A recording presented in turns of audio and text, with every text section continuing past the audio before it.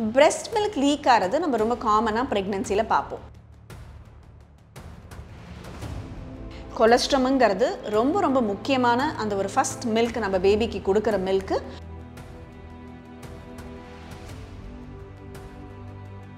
But நீங்கள் எப்போ இதை வந்து ஒரு ப்ராப்ளமாக எடுத்துக்கிட்டு நீங்கள் உங்கள் டாக்டரை போய் பார்க்கணும் அப்படின்னா,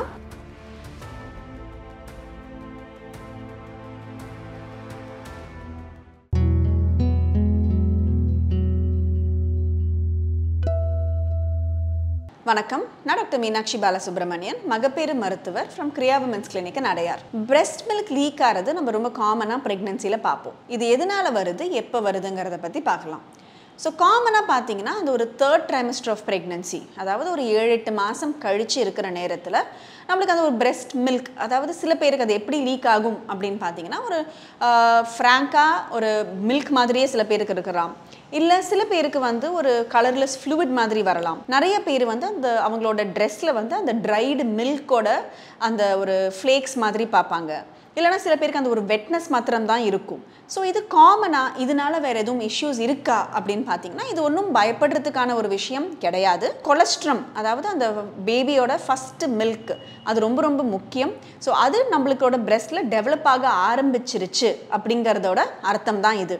சில சமயம் அந்த ஒரு ஹார்மோனல் இம்பேலன்ஸ், அந்த ப்ரொலாக்டினுங்கிற ஹார்மோன் நம்மளுக்கு செக்ரீட் ஆகும் பொழுது இந்த பிரெஸ்ட் மில்க்குங்கிறது நம்மளுக்கு செக்ரீட் ஆக ஆரம்பிக்குது. சில சமயம் அந்த ஹார்மோன் இம்பேலன்ஸ் இருக்கும் பொழுது அந்த ஒரு ப்ரெக்னன்சிலேயே அவங்களுக்கு அந்த பிரெஸ்ட் மில்க் செக்ரீஷன் வர ஆரம்பிக்கிறதுக்கு சான்ஸ் இருக்கு. இதனால நம்மளுக்கு ஒரு ப்ரீ டேர்ம் லேபர் ஆகுமா அப்படிங்கிறது ரொம்ப ஒரு காமனான ஒரு சில பேருக்கு, நிறைய பேருக்கு டவுட் வரும்.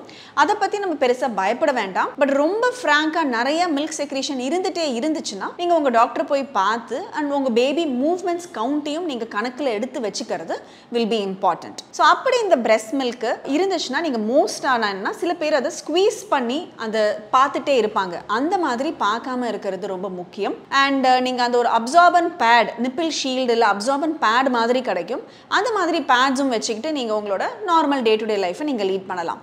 சில பேருக்கு என்னென்னா, ஐயோ எனக்கு டாக்டர் எனக்கு இந்த மாதிரிலாம் பிரெஸ்ட் மில்க் லீக்கெல்லாம் ஆகலையே, எனக்கு அப்போ மில்க் ப்ரொடக்ஷனே வராதா அப்படின்லாம் டவுட்லாம் பண்ணுவாங்க. அதெல்லாமும் எதுவும் கிடையாது. ஸோ இதுக்கும் உங்களோட ஃப்யூச்சர் மில்க் ப்ரொடக்ஷனுக்கும் எந்த ஒரு சம்மந்தமும் இருக்காது.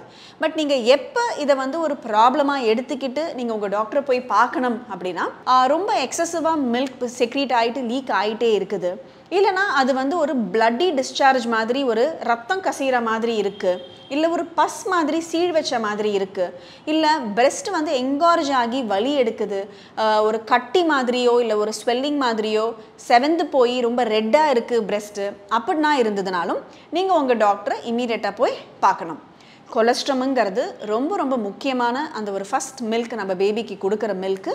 ஸோ அந்த மில்க் ரெடி ஆகிறதுக்கு ஒரு அறிகுறி தான் இந்த லீக்கிங்கே தவிர மற்றபடி நீங்கள் இதை பற்றி பயப்படுறதுக்கு ஒன்றுமே கிடையாது.